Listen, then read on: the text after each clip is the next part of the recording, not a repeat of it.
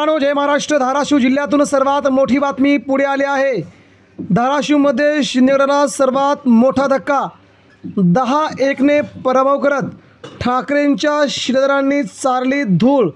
धाराशिवमध्ये उद्धव ठाकरेंच्या शिवसेनेचा भगवा फडकवला.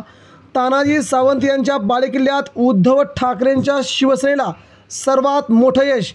आरोग्यमंत्री यांचा दारुण पराभव. बघूया सविस्तर बातमी काय आहे ती. मित्रांनो, सध्या महाराष्ट्रामध्ये पुढील 2 महिन्यात विधानसभा निवडणुका लागतील. याबरोबरच सगळ्याच पक्षप्रमुखांनी आपल्या पक्षाची आता जोरदार बांधणी करण्यास सुरुवात केली आहे. शिवसेना उद्धव ठाकरे असतील, शिंदेगड असेल किंवा भाजपा यांनी मात्र भूम परांडा वाशी या विधानसभा मतदारसंघातून सध्या उद्धव ठाकरेंची शिवसेना लीडवर आहे.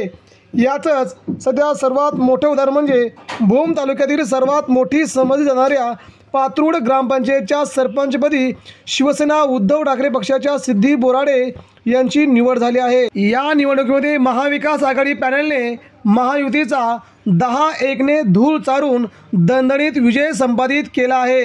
याचमुळे सध्या या विजयाची चर्चा संपूर्ण भूम परांडा वाशी तालुक्यात चालू आहे. यामुळे या तालुक्यात आरोग्यमंत्री तानाजी सावंत हे आमदार आहेत. सध्या त्यांचा हा दारुण पराभव झाल्याची चर्चा सगळीकडे आहे. आगामी विधानसभेत देखील उद्धव ठाकरेंच्या शिवसैनिकांनी या भागात सर्वात मोठी मोर्चेबांधणी करण्यास सुरुवात केली होती. याचाच फायदा सध्या वेगवेगळ्या निवडणुकांमध्ये ठाकरेंना होऊ घातला आहे.